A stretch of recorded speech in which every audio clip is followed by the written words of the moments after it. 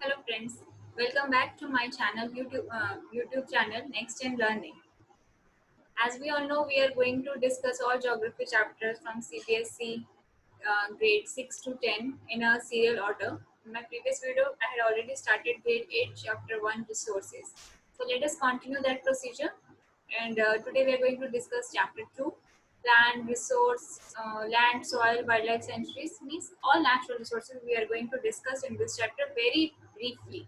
It helps you to understand the concept and you can relate this chapter with the previous chapter. If you understood the previous chapter, it will be easy for you to understand this chapter also.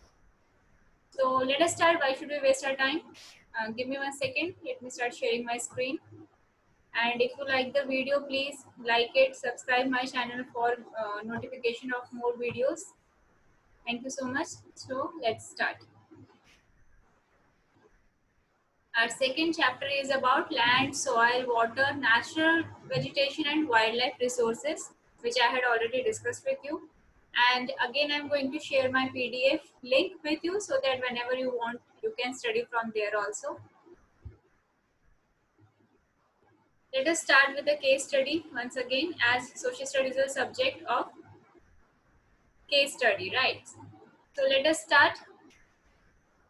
Here we can see a small discussion, or we can see a village scene of Tanzania, Africa. Mamba gets up early in the morning to fetch water. She has to walk a long way and returns after a few hours. She then helps her mother in the house and joins her brother in taking care of their goats. Here you can see that Mamba, a, a small girl who actually works not only at home but outside also. She helps her mother in kitchen chores and domestic chores and also helps her brother in taking care of their goats. All her family owns is a piece of rocky land around their small hut. So what's their resource? That piece of land, right? And they are also having a small hut. Mama father can barely grow some maize and beans on it after toiling hard. This is not enough to feed their family for the whole year. Peter lives in the heart of the sheep rearing region in New Zealand, where his family runs a wool processing factory. So here is one more case. It's about Peter. Earlier we discussed Mamba from Africa. Now we are learning about Peter from New Zealand, right? Every day when he returns from school, Peter watches his uncle taking care of their sheep. The sheep yard is situated on a wide grassy plain with hills in the far distance. It is managed in a scientific way using the latest technology. Peter's family also grows vegetables through organic farming. Mama and Peter stay in two different parts of the world and lead very different lives. You can very easily understand that Mama is from Africa. She usually helps her mother and brother in their work. They are having a small piece of land and a small hut. Whereas Peter, who lives in New Zealand, he goes to school also. But yes, he also helps his family members in the wool processing factory. He also helps his uncle in taking care of sheep, right? But they are using scientific latest technology. And one more thing, Peter family also grows vegetables through organic farming. Mama and Peter both are living two different parts of the world. One is from Africa and one is from New Zealand. This difference is because of difference in quality of land. We can see that they are doing different types of activities. Why this difference we can see there? Because it's a part of our land, different quality of land, soil, water, natural vegetation and animals, and also technology. Mamba is not using technology, but yes, Peter is using advanced technology. Availability of such resources is the main reason places differ from each other. So availability, what are the things they are talking about which are available to them? The land, soil, water, natural vegetation and animals. So these are available at a different rate, different amount, different quantity to these two peoples. Mamba और Peter दो बच्चों की कहाँ बात की गई है. Mamba Africa से है और पीटर जो है न्यूजीलैंड से है. मम्मा जो है अपनी मदर की हेल्प करती है घर के काम काज करने में, जबकि पीटर जो है वो स्कूल भी जाता है और स्कूल से आने के बाद अपने पेरेंट्स की हेल्प करता है उनकी वूल बनाने की फैक्ट्री में, अपने अंकल की हेल्प करता है काम शीप भेड़ों की देखभाल करने में। और एक और चीज यहाँ डिफरेंट है उन दोनों में, पीटर जो है लेटेस्ट टेक्नोलॉजी यूज करता है, न्यू टेक्नोलॉजी, एडवांस टेक्नोलॉजी, जबकि मम्मा क्या करती है, मम्मा वहाँ पे टेक्नोलॉजी के बारे में कोई भी बात नहीं की गई है। नेक्स्ट यहाँ पे एक और चीज डिफरेंस यहाँ बताया गया है कि ये दोनों डिफरेंट डिफरेंट चीजों का इस्तेमाल करते हैं, ये डिफरेंट डिफरेंट क्लाइमेट या डिफरेंट डिफरेंट एरिया में रहते हैं, राइट। तो उन लोगों को डिफरेंट अलग अलग टाइप के जमीन का भी सामना करना पड़ता है, कहीं रॉकी लैंड है तो कहीं फर्टाइल लैंड है, मतलब उपजाऊ जमीन, कहीं पे शीप है तो आप बोल सकते हो कहीं पे गोट है, पीटर के पास शीप है और मम्बा के पास गोट है। तो ये इनके रिसोर्सेज है जो कि अलग अलग एरिया में अलग अलग टाइप्स में आपको मिलते हैं। उम्मीद करती हूँ आपको समझ आया होगा।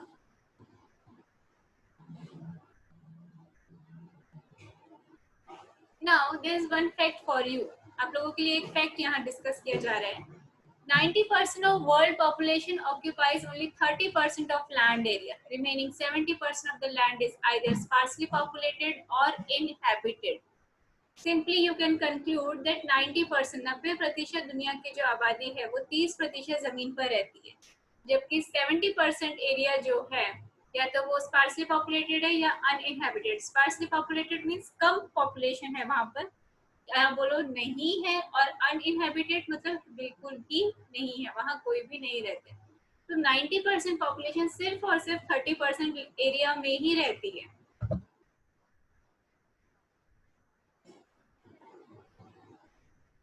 You can see an image on your screen, right side पे आपके स्क्रीन पे जो इमेज है आप उसको देख सकते हो, वो कितना क्राउडेड है, कितना sparsely populated area, sorry densely populated region ये है।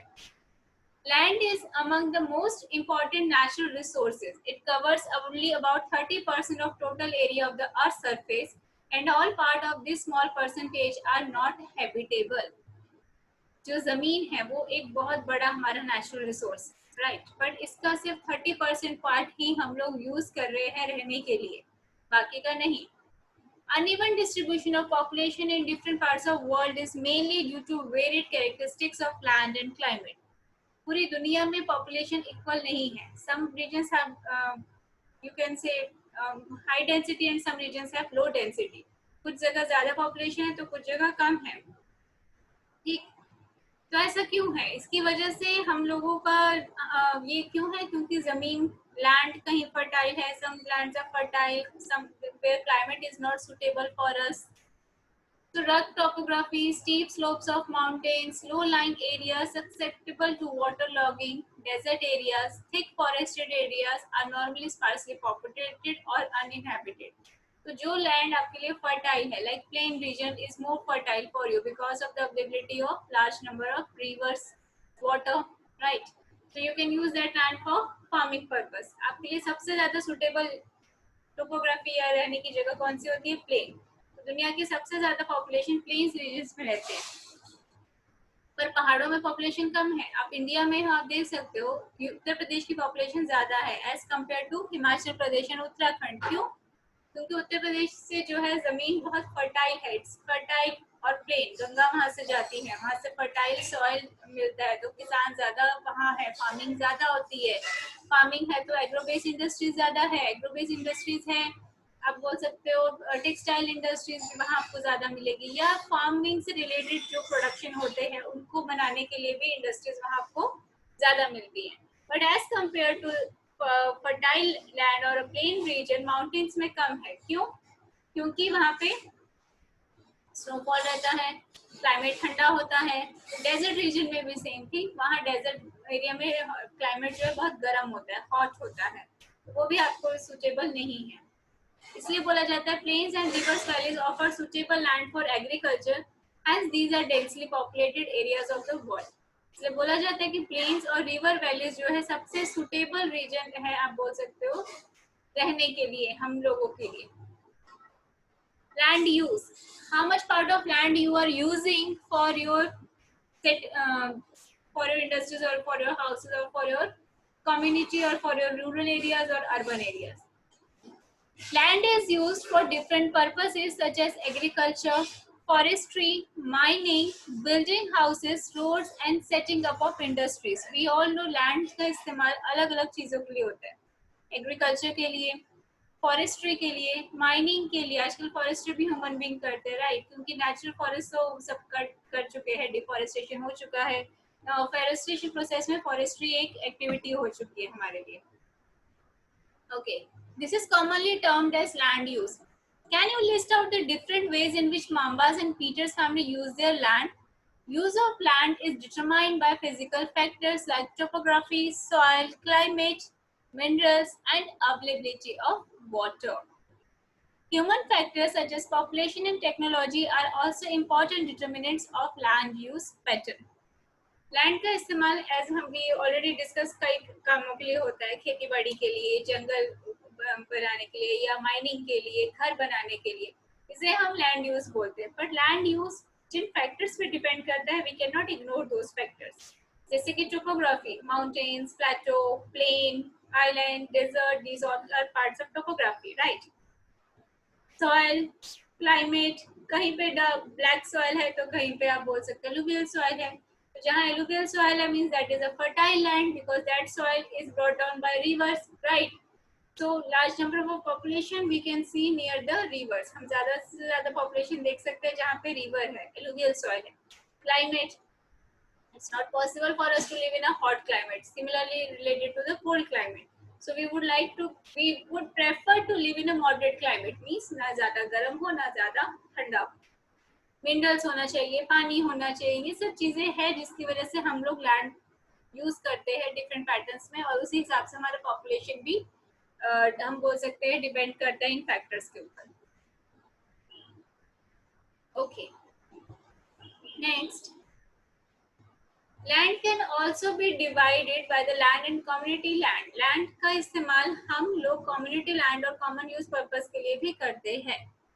For example, private land is owned by individual whereas community land is owned by community for common uses like collection of fodder, fruits, nuts or medicinal herbs. Private land, आपने property खरीदी, land जमीन खरीदा, उस पर आपने अपना घर बनाया या इंडस्ट्री बनाया, वो आपका है. कम्युनिटी लैंड मीन्स जिसमें 4-5 लोगों ने मिलकर या एक कम्युनिटी के लोगों ने मिलकर एक जमीन का टुकड़ा लिया और उसके ऊपर उन्होंने क्या किया, फॉडर कलेक्शन स्टार्ट किया या फ्रूट्स ग्रो करने स्टार्ट किए, नट्स बनाए या मेडिकल हर्ब्स उन्होंने उसमें ग्रो किया. तो ये सब आ जाता है community land. Means for a group, for a community. तो इंडिविजुअल प्राइवेट लैंड के लिए जाएगा और community land for community group of peoples. These community lands are also called common property resources. और ये कम्युनिटी लैंड जिसमें बहुत सारे लोग एक साथ मिलकर एक जमीन का टुकड़ा लेते हैं और उसमें कुछ ना कुछ यूज करते हैं, आइदर इंडस्ट्री फॉर्म में ही किया, राइट? तो उसको हम बोलते हैं कॉमन प्रॉपर्टी रिसोर्सेस. मींस उस लैंड से जो भी हमारे प्रोडक्शन होगा या उससे जो इनकम जनरेट होगी वो इक्वली डिस्ट्रीब्यूट होगी उस कम्युनिटी में रहने वाले लोगों के ऊपर, मींस जिन्होंने इन्वेस्टमेंट किया है. People and their demands are ever growing, but the availability of land is limited. लोग और उनकी डिमांड बढ़ती रहती है, पर लैंड तो उतना ही है ना रिसोर्सेज के साथ. Quality of land also differs from place to place. जो लैंड की क्वालिटी है वो भी एक जगह से दूसरी जगह अलग अलग है. कहीं पे लैंड बहुत फर्टाइल है तो कहीं लैंड पूरी बंजर है. Somewhere it's fertile and sometimes it's some places you can see barren land. People started encroaching the common lands to build up commercial areas, housing complexes in the urban areas, and to expand the agricultural land in rural areas. लोगों ने क्या किया, जमीनों के ऊपर you can say illegal कब्जा करना start किया, right? और उसके ऊपर हाउसिंग कॉम्प्लेक्स शहरों में, गांव में खेती बाड़ी के लिए इस्तेमाल करना शुरू किया. Today, the vast changes in the land use pattern also reflect the cultural changes in our society. Land degradation, landslides, soil erosion, desertification are the major threats to the environment because of the expansion of agricultural and constructional activities. आज के time पे, today's date I am talking about, land use pattern. We are not using land for traditional purposes. Now we are using it for different patterns or for different purposes. Now we can say as many mining activities are done, जितनी mining कर दी गई है, deforestation हो गया, as a result क्या हो गया है, लैंड डिग्रेडेशन स्टार्ट हो गया. आप देखते हो मानसून टाइम पे बहुत लैंडस्लाइड्स होता है हिली एरियाज में. Why? Because there are no trees. Trees नहीं है तो मिट्टी को पकड़ने के लिए जड़ें नहीं है, पेड़ों की रूट्स नहीं है, तो क्या होता है, मिट्टी को कोई नहीं पकड़ सकता. एज अ रिजल्ट बारिश आती है, लैंडस्लाइड स्टार्ट हो जाते हैं, बड़े बड़े पत्थर टूट के नीचे गिरते हैं, चट्टाने गिरती है, सॉइल इरोजन, मिट्टी बह के चली जाती है. ये सब चीजें हैं because of this private land and community land activities. Changes in the land use over time. Now you can see four different images which helps you to understand the way we are using land and how much changes we can see in that using purpose. In first picture you can see person is doing farming and he is using cattle or animals for his farming purpose. In second picture there are also you can see kacha houses, kacha roads, you can say non-metal roads. Second picture, they are using modern technology for farming. Tractors are there. There are no kacha houses now. There you can see pakka house. Roads are also metal roads. In third picture, we can see a city. Two cars, some some buildings are there, street lights, right? But in the fourth and the last picture, you can see the city is crowded. There are so many vehicles, buildings. So this is the modern day scenario you can C in this picture. पहले picture में आपको दिखेगा कि कुछ बच्चे हैं, sorry कुछ लोग हैं जो कि खेती बाड़ी कर रहे हैं पर पुराने तरीके से. हल लेके एक आदमी जा रहा है और उसके पास क्या है, कैटल है, गाय भैंस का इस्तेमाल कर रहा है. सड़कें कच्ची है, घर मकान कच्चे हैं, झोपड़ियां हैं वहाँ पे. दूसरी पिक्चर में हम देख सकते हैं कुछ लोग पैदल जा रहे हैं, उनके पास पर हल नहीं है. अब वो लोग ट्रैक्टर का इस्तेमाल कर रहे हैं. सड़कें पक्की बन गई है, घर भी पक्के बन गए हैं. थर्ड पिक्चर में हम लोग देखते हैं कि कुछ एक शहर का सीन है. यहाँ पे एक स्ट्रीट लाइट है, कुछ पक्के मकान है और दो गाड़ियां. जबकि चौथी पिक्चर हमारे आज के टाइम को बताती है जहाँ बहुत बड़ी बड़ी बिल्डिंग्स है, सड़कों पे बड़ा ट्रैफिक जैम है और ग्रीनरी तो कहीं दिख ही नहीं रही. There is no greenery in the last picture. Think, is this correct? Are we using land in a proper way? Conservation of land resource. So now it's a high time when we need to think that now we have to take some steps to conserve our land resource also. Growing population and their ever-growing demand has led to a large-scale destruction of forest cover and arable land and has created a fear of losing these natural resources. Therefore, the present rate of degradation of land resource must be checked.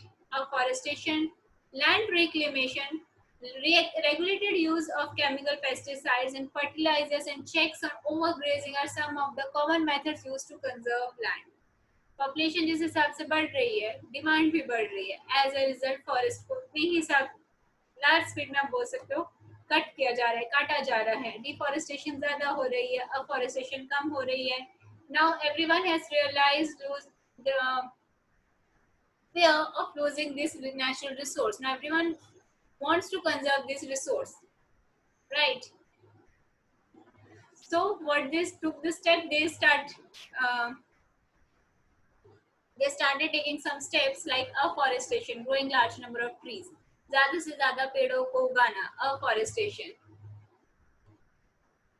Regulated use of chemical pesticides and fertilizer and checks on overgrazing are some of common methods used to conserve land. ज़्यादा से ज़्यादा pesticides और fertilisers का इस्तेमाल नहीं किया जाता. Chemical, organic हम लोग यूज करना स्टार्ट कर चुके हैं. हम लोग ये देखते हैं कि ओवरग्रेजिंग ना हो. ओवरग्रेजिंग मीन ज़्यादा से ज़्यादा ये जो एनिमल्स होते हैं उनको भी फोडर चाहिए, खाना चाहिए. तो किसी ज़मीन पर ये ज़्यादा से ज़्यादा वहाँ के जो उपजाऊ जमीन से यू कैन से कोई क्रॉप या कुछ ऐसे ना खा ले. इनके लिए अलग से गवर्नमेंट एक जगह देती है कि हाँ आपके पास कैटल है, आप अपने कैटल्स को वहाँ ले जाओ, they can eat from there, वो वहाँ से खा सकते हैं, राइट. बट किसी फार्मिंग रीजन में जाके वो लोग नहीं खा सकते. Landslides. Here you can see one image. landslides, or during this monsoon season you can see this landslide several times in the news also. Landslides are simply defined as a mass movement of rock, debris, or earth down a slope. They often take place in conjunction with earthquakes, floods, and volcanoes. A prolonged spell of rainfall can cause heavy landslides that can block the flow of river for quite some time. The formation of river blocks can cause havoc to the settlement downstream on its bursting. In the hilly terrain, landslides have been a major and widely spread natural disaster that often strike life and property and occupy a position of major concern. Landslide मैंने पीछे भी बताया क्या होता है जब बड़े बड़े चट्टानें पहाड़ों से टूट के नीचे गिरना शुरू कर देती है। पहले के टाइम पे बेसिकली अर्थक्वेक, वोल्केनोस, फ्लड ऐसे टाइम पे होता था, बट आजकल जो है ये मानसून के टाइम पे एक आप बोल सकते हो कॉमन एक्टिविटी है या कॉमन नेचुरल कैलामिटी टाइप है जिसको हम देख सकते हैं। क्यों होता है that I also discuss because of deforestation. बड़े हम लार्ज रेट में पेड़ों को काट रहे हैं, पेड़ नहीं है तो जड़ें नहीं है, जड़ें नहीं है तो मिट्टी को कौन पकड़ेगा, मिट्टी को पकड़ने के लिए कुछ नहीं है, तो जब भी बारिश आएगी तेज पानी आएगा, high speed, whenever it's a rain high speed you can say, so it took away the soil with it, वो अपने साथ मिट्टी को ले जाएगी और बड़ी बड़ी चट्टानें जो है टूट कर नीचे गिरना शुरू कर देगी। इसकी वजह से क्या होता है, बेसिकली लैंडस्लाइड हमें हिली एरियाज में ही मिलेगा देखने के लिए, और इसकी वजह से लोगों की प्रॉपर्टी, जान माल, यू कैन से लाइफ, इसका भी खतरा रहता है, लोगों को बहुत नुकसान होता है। A case study, a massive landslide hit Panji village near Rekongpyo in Kinnaur district of Himachal Pradesh and damaged a 200-meter stretch of old Hindustan-Tibet road, National Highway 22.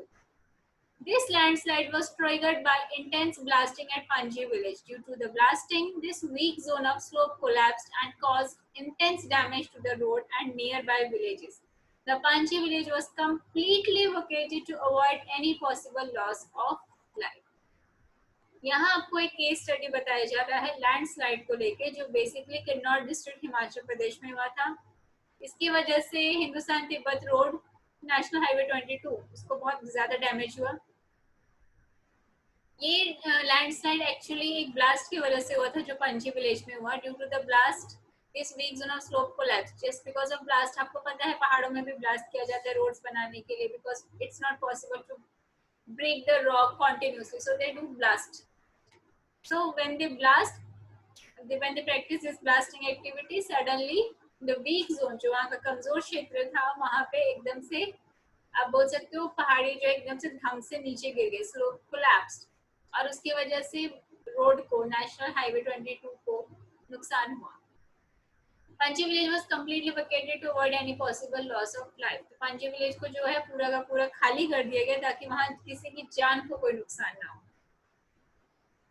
Mitigation mechanism. What is mitigation mechanism? We are going to learn right now. Advancement in scientific techniques has empowered us to understand what factors cause landslides and how to manage them. Some broad mitigation techniques of landslides are as follows. Technology के through हमें पता चल चुका है कारण का क्या कारण है landslides, and how can we manage them, हम उसको कैसे मैनेज कर सकते हैं, कंट्रोल कर सकते हैं। So let us discuss these steps one by one. Hazard map and locate areas prone to landslides, hence such areas can be avoided for building settlements. आप पहले ही पता कर लो, मैप बना लो, इंफॉर्मेशन कलेक्ट करो कौन से रीजन है जहाँ पे लैंडस्लाइड हो सकता है, और वहां पे बिल्डिंग और किसी भी टाइप का सेटलमेंट रीजन बनाने को अवॉइड करो। Construction of retention wall to stop land from slipping. आप रिटेंशन वॉल बनाओ ताकि किसी भी जमीन को स्लिप ना करना पड़े। इंक्रीज इन, कोई भी जमीन मतलब स्लिप करके नीचे ना गिर जाए, you can say. Increase in the vegetation cover is an effective way to arrest landslide. ज्यादा से ज्यादा पेड़ पौधे लगाओ, अफॉरेस्टेशन एक्टिविटी करो। Surface drainage control works are implemented to control the movement of landslide along with rainwater and spring flows. जो आपका drainage का सिस्टम है, ठीक है, उसको इस तरीके से मेंटेन करो कि rain water you can also store in that.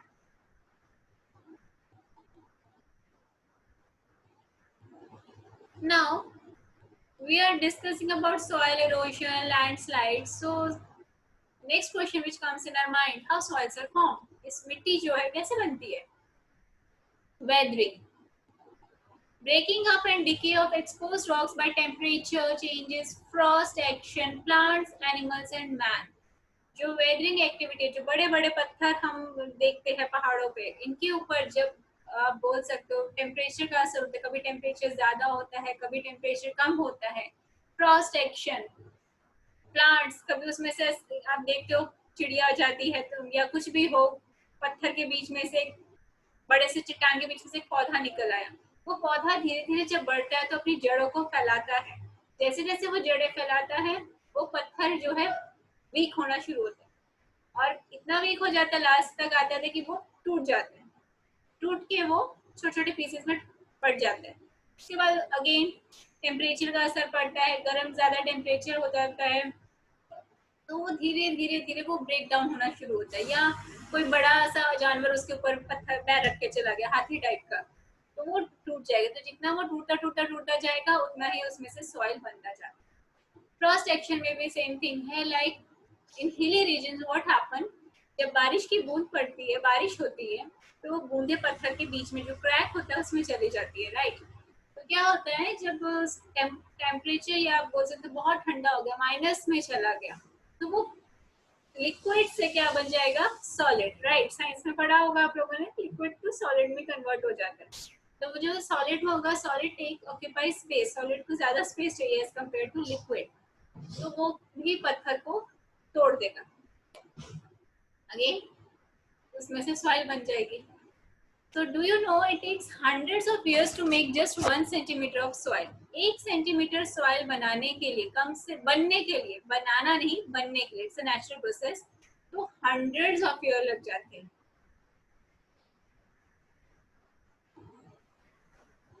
Here's a image of soil, soil का एक डायग्राम और इमेज आप देख सकते हो स्क्रीन पे।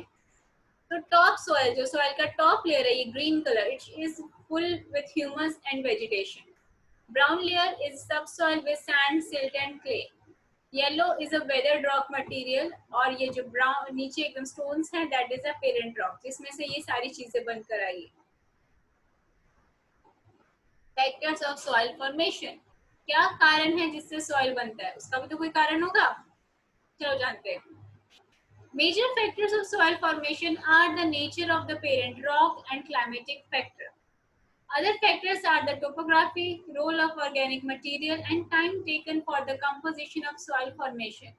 All these differ from place to place.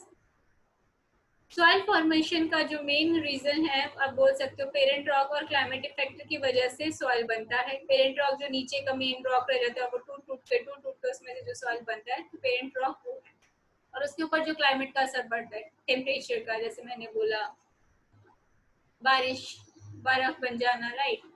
इसके अलावा role of organic material, time taken for composition of soil formation, organic material कितना टाइम वो ले रहा है वो डिकम्पोज होने में, टूटने में, तो उसमें भी हमारे सॉइल फॉर्मेशन आप बोल सकते हो डिपेंड करते हैं। हर जगह ये डिफरेंट है, ये नहीं कि माउंटेन्स की जो सॉइल है वो जल्दी बन गई, या आपका प्लेटो रीजन की जो सॉइल है वो लेट बने, ऐसा कुछ नहीं है। सम टाइम, कहीं जल्दी कहीं लेट।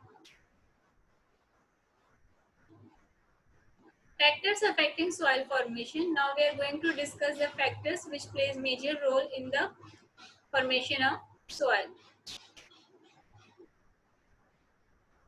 प्लेटो रीजन में बेसिकली सॉइल कहाँ से बनता है, बोला जाता है कि वहाँ वॉल्केनोस, वहाँ बेसिकली जैसे इंडिया में हम बोलते हैं डेक्कन रीजन जो है basically has black soil region है, ये महाराष्ट्र और गुजरात का कुछ reason, right.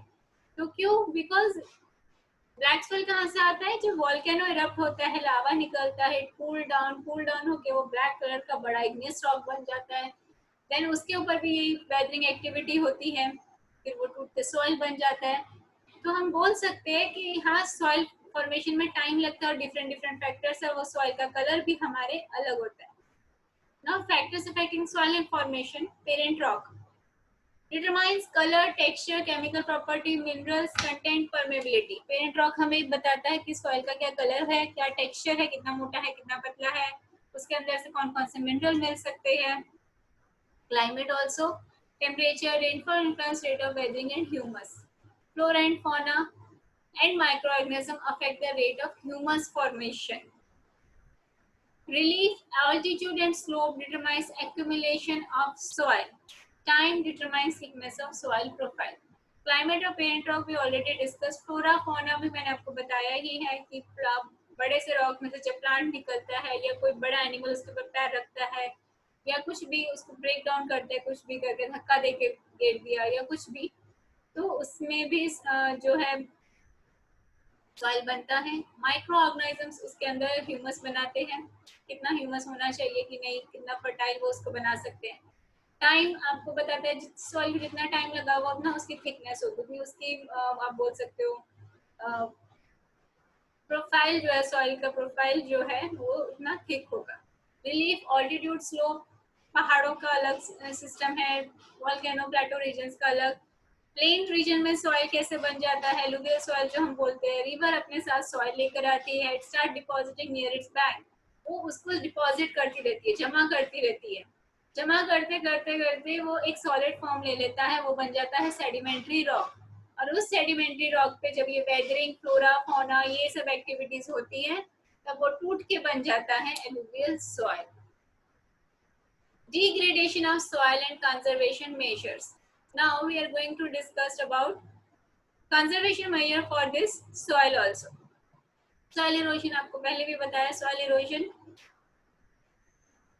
in which soil gets eroded. Soil जो है अपनी जगह से नहीं रहती है, वो चली जाती है या तो तेज बारिश से, पानी से, हवा से.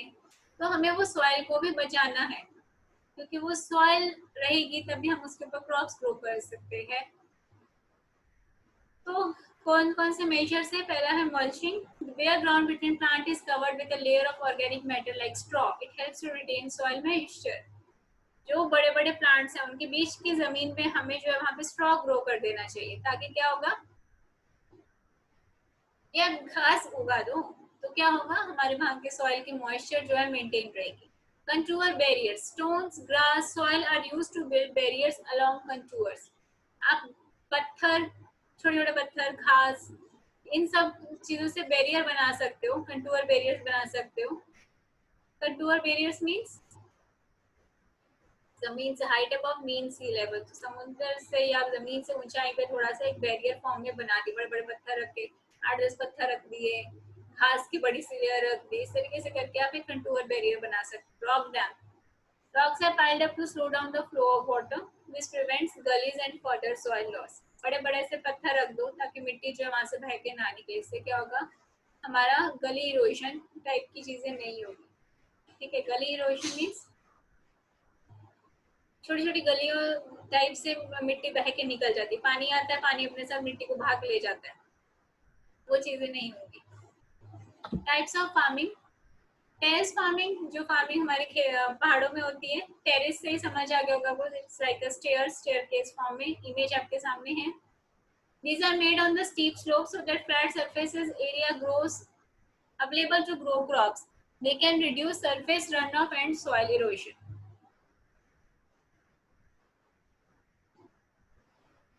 Contour plowing.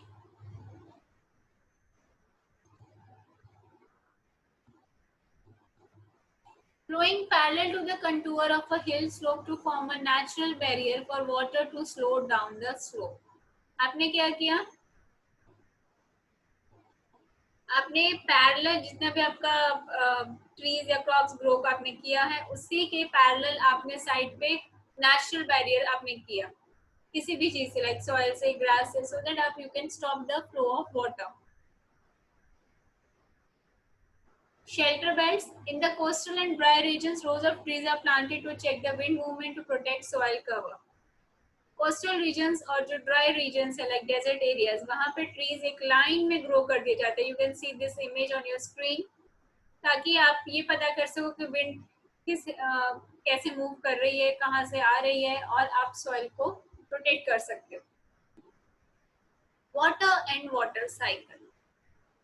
Water is a vital renewable natural resource. Water हम सबको चाहिए, वी ऑल नो दिस, हमें, और ये एक रिन्यूएबल नेचुरल रिसोर्स भी है. We need water not only for drinking purpose but yes for domestic and commercial purpose also we need water. पानी का इस्तेमाल हमें इंडस्ट्रीज में भी लगता है, टेक्सटाइल इंडस्ट्रीज में सबसे ज्यादा पानी का इस्तेमाल होता है. 3/4 of the Earth's surface is covered with water. It is therefore appropriately called the water planet.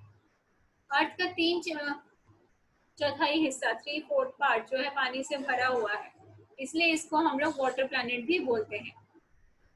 It was in the primitive oceans that life began almost 3.5 billion years back. पानी की ही वजह से यहाँ पर 3.5 बिलियन साल पहले लाइफ आप बोल सकते हो स्टार्ट हुआ था. Even today, oceans cover 2/3 of Earth's surface and support a rich variety of plant and animal life. Ocean water is, however, saline and not fit for human consumption. Fresh water accounts for only 2.7%. Nearly 70% of this occurs as ice sheets and glaciers in Antarctica, Greenland, and mountain regions. Due to their location, they are inaccessible. Only 1% of fresh water is available and fit for human use. It is found as groundwater, as surface water in rivers and lakes, and as water vapor in the atmosphere. Fresh water is therefore the most precious substance on earth. Water can neither be added nor subtracted from earth. Its total volumes remains constant. Its abundance only seems to vary because it is in constant motion, cycling through the oceans, the air, the land, and back again. Through the process of evaporation, precipitation, and runoff, this, as you already know, is referred to as water cycle. Ocean के अंदर भी आप बोल सकते हो variety of plants and animals आपको दिखते हैं, उनको हम लोग बोलते हैं aquatic life plants and animals जो है.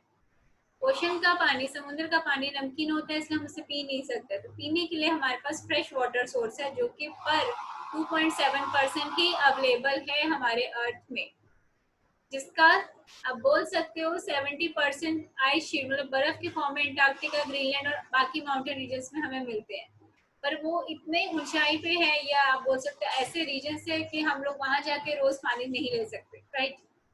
हम बोल सकते हैं 1% पानी, only 1% of water is main source of fresh water जिसका हम इस्तेमाल करते हैं पीने के लिए. तो फ्रेश वाटर जो है सबसे कीमती आप बोल सकते हैं नेशनल रिसोर्स है जिसको हमें बचाना है. ये पानी हम यूज करते हैं, खत्म हो जाता है, अगेन आता है. तो ये जो प्रोसेस है इसको हम लोग बोलते हैं वाटर साइकिल. तो ये वाटर जो है आपका लैंड में भी है, इवेपोरेट होके एटमॉस्फेयर में जाता है, एटमॉस्फेयर से होके फिर से बारिश बन के प्रेसिपिटेशन फॉर्म में अर्थ में आता है. तो ये जो साइकिल फॉर्म में जाता है, जमीन से वेपर बन के ऊपर गया, ऊपर से फिर जो है precipitation फॉर्म में वापस अर्थ में. So it's in a form of a cycle, that's why it is known as water cycle. I hope आप सबने वाटर साइकिल छोटी क्लासेस में भी पढ़ा होगा. हम एक दिन में कितना पानी इस्तेमाल करते हैं उसका एक डाटा कलेक्ट किया गया है. एक आदमी, फैमिली में पूरी फैमिली नहीं, we are talking about only 1% from one family. पीने के लिए 3 litre, for drinking purpose 3 litre, cooking 4 litre, bathing 20 liter, flushing 40 liter, washing clothes 40 liter, washing utensils 20 liter, gardening 23 liter. Total, one person is consuming 135 liter per day. Can you suggest some ways to bring down this use? We need to conserve water, na? So, do you have any suggestion? If yes, please write in the comment box. I would love to read that. Okay. Uses of water, we all know we use water not for drinking but for washing purpose, for production purpose, in agriculture sector, industries, even for generating electricity also. As population of our world is rising, not country but world, so demand for food, demand for water also rises. Demand for urban cities also rises. Now we are having a large number of urban areas in any country. Number of rural areas or rural regions are reducing and urbanization is increasing. Urbanization means शहरीकरण, शहर जो है ज़्यादा से ज़्यादा हो रहे हैं. Problems of water availability. There is a scarcity of water in many regions of the world. आप लोग न्यूज़ में पढ़ते हो कहीं ना किसी रीजन में पानी की कमी हो गई है, पीने का पानी नहीं है, लोग दूर दूर से पानी लेने जाते हैं. So most of Africa, West Asia, South Asia, parts of Western USA, Northwest Mexico, parts of South America, and entire Australia are facing shortages in fresh water supply. आप बोल सकते हो ये सभी रीजन जो मैंने अभी बोले यहाँ पे पानी की कमी है. Countries located in climatic zones most susceptible to droughts face great problem of water scarcity. जो एकदम क्लाइमेटिक जोन्स मतलब बोल सकते हो इक्वेटर के पास है, क्लोजर टू इक्वेटर है, वहां पे पानी की सबसे ज्यादा कमी है. Water shortage may be a consequence of variation in seasonal or annual precipitation, or the scarcity is caused by overexploitation and contamination of water sources. There are some region, कुछ रीजन है जहाँ बारिश एकदम ठीक ठाक क्वांटिटी में होती है, बट स्टिल वहाँ पे पानी की कमी है. क्यों? क्योंकि वो लोग ओवर यूज करते हैं या एक्सप्लॉइट करते हैं, आप बोल सकते हो, या प्लान करके पानी इस्तेमाल नहीं करते. Wasting water. As a result they are facing scarcity of water. Conservation of water resource, yes, it's a high time and we need to conserve these water resources. We need to clean and we need to conserve resource. ठीक है, हमें पानी को साफ रखना चाहिए और हमें पानी को कंजर्व बचा के इस्तेमाल करना चाहिए. As much you need, you should use only that amount of water, either for drinking purpose or for farming purpose or also for your industrial purpose. Natural vegetation and wildlife. Natural vegetation and wildlife exist only in the narrow zone of contact between the lithosphere, hydrosphere and atmosphere. That's why we call it as a biosphere. Lithosphere land जिसमें हम रहते हैं, hydrosphere पानी, atmosphere air, right. तो इन सब का combination क्या हो जाता है? बायोस्फीयर. तो नेचुरल वेजिटेशन और वाइल्ड लाइफ आपको यहीं पर देखने को मिलती है, मीन्स बायोस्फीयर में combination of land, water, air, lithosphere, hydrosphere and atmosphere. In the biosphere, living beings are interrelated and interdependent on each other for survival. Biosphere में आप बोल सकते हो हम सभी एक दूसरे के ऊपर डिपेंड करते हैं. This life supporting system is known as ecosystem. This interdependency of each other is known as ecosystem.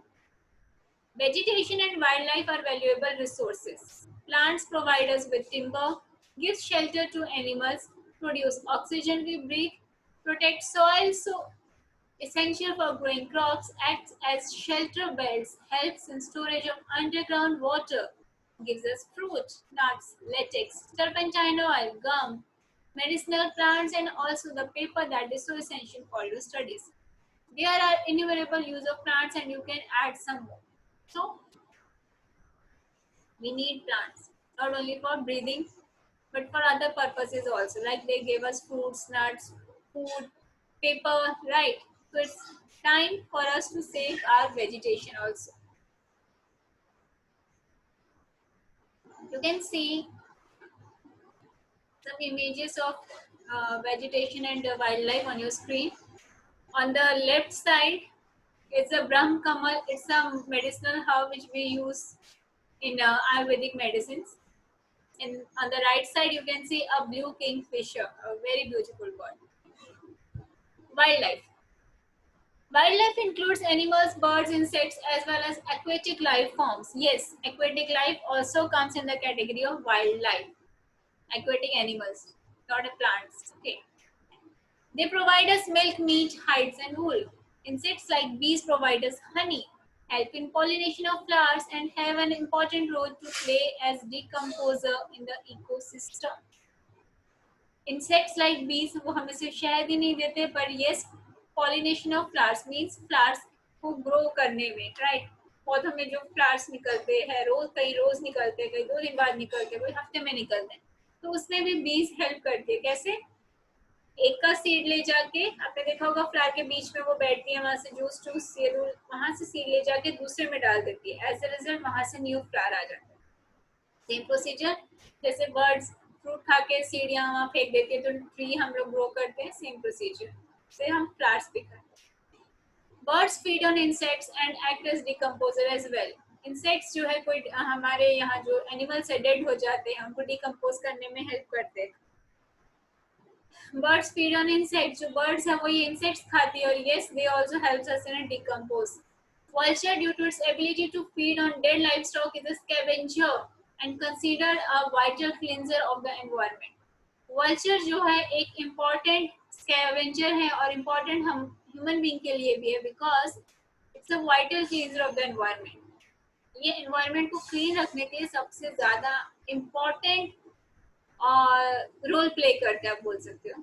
तो एनिमल्स बिग और स्मॉल, चाहे एनिमल्स बड़ा हो या छोटा हो, बड़ा वल्चर, छोटी सी चींटी, all are integral to maintaining balance in the ecosystem. सबकी जरूरत है हमें बैलेंस बना के रखने के लिए। On the left side of the screen, you can see an image of vulture.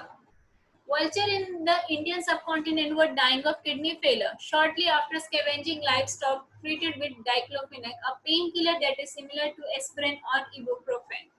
Efforts are onto the ban the drug for livestock use and breed vultures in captivity. आपको सुन जानकर हैरानी होगी कि vultures जो है वो भी अब आप बोल सकते हैं एक्सटिंक्ट स्टेज तक पहुंच चुके हैं।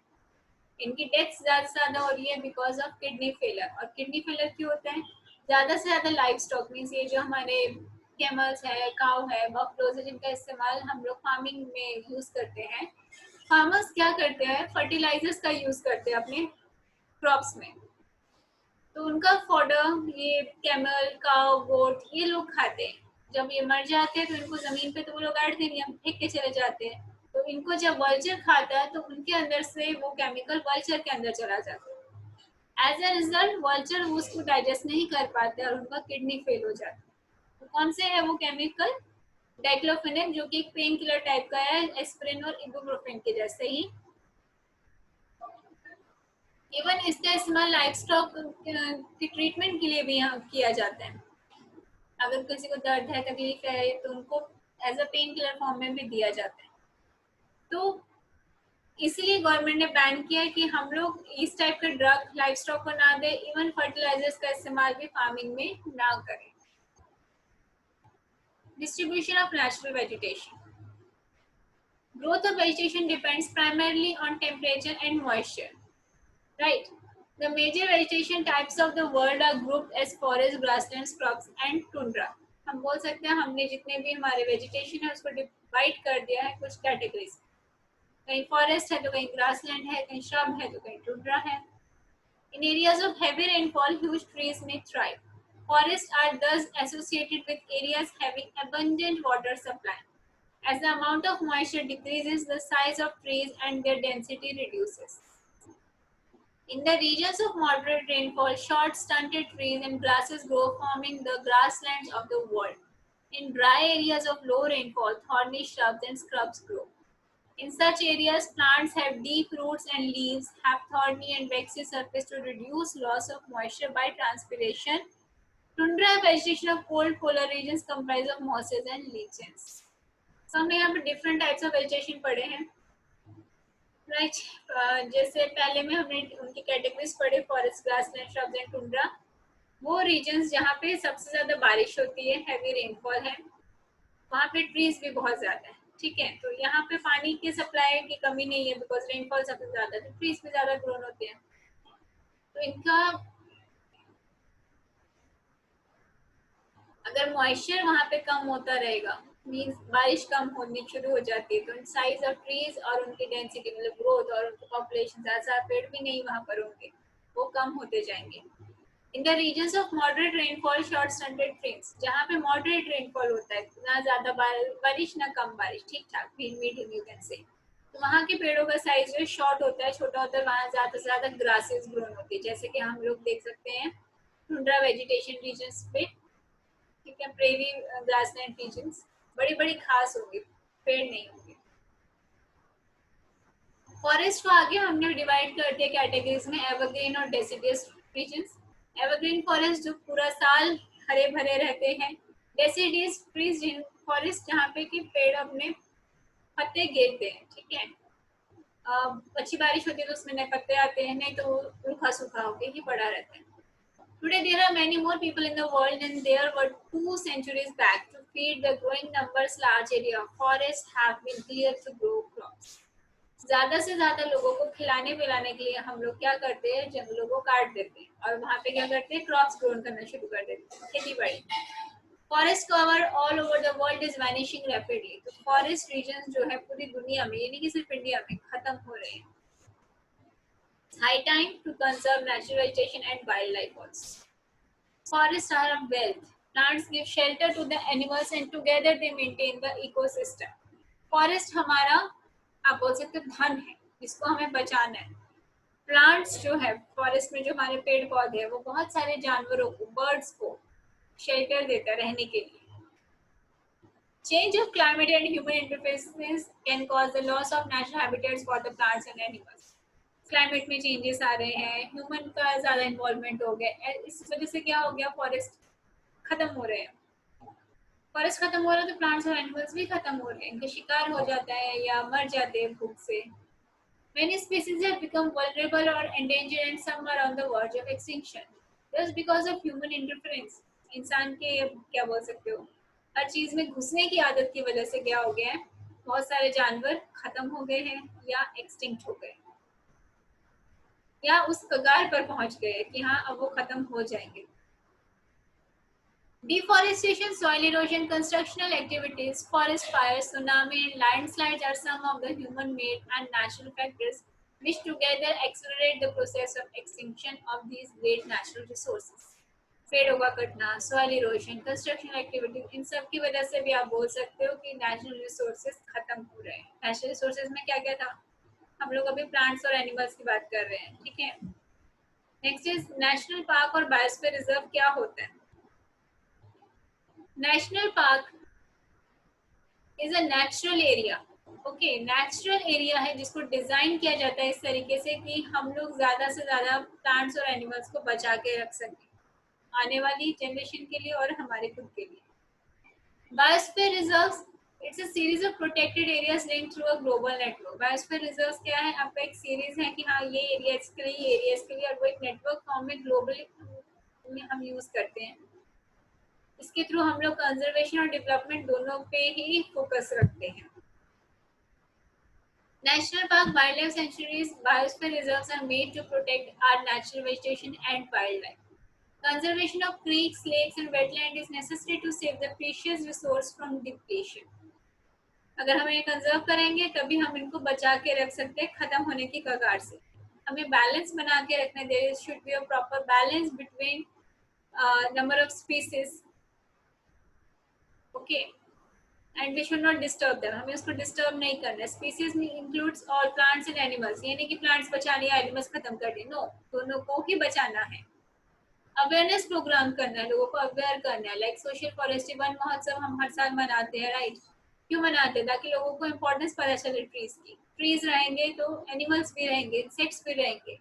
तो school children, you all are school children, you play important role in understanding the importance of Van Mahotsav and importance of these ecosystem and animals, trees in our life. So school children should be encouraged for bird watching, visiting nature camps so that they appreciate the habitat of various species. Corona की वजह से तो अभी आप जा नहीं सकते हो, but after कोरोना जाना, जाके देखो, birds को देखो, nature को देखो. Once you see them, you can feel their beauty. अच्छा लगेगा. And then you maybe not everyone, but yes, one or two of you can took some steps to protect these plants and animals. Many countries have passed laws declaring that the trades as well as killing of birds and animals are illegal. India में भी किया गया है. शेरों को मारना, बाघ को मारना, हिरन को मारना, ये सब शिकार करने पे बैन है. International Convention has been established that lists several species of animals and birds in which trade is prohibited. International form में हमने एक ग्रुप बनाया, ऑर्गेनाइजेशन बनाया जिसका नाम है साइट्स, जिसका मेन मकसद है कुछ एनिमल्स और बर्ड्स को हमने एक रिस्ट्रिक्टेड रीजन में रखा है कि यस आप इनका शिकार नहीं कर सकते हो, इनको नहीं मार सकते हो. It's a crime. What is the full form of CITES? The Convention on International Trade in Endangered Species of Wild Fauna and Flora. It's an international agreement between governments, these different countries इसमें involved हैं.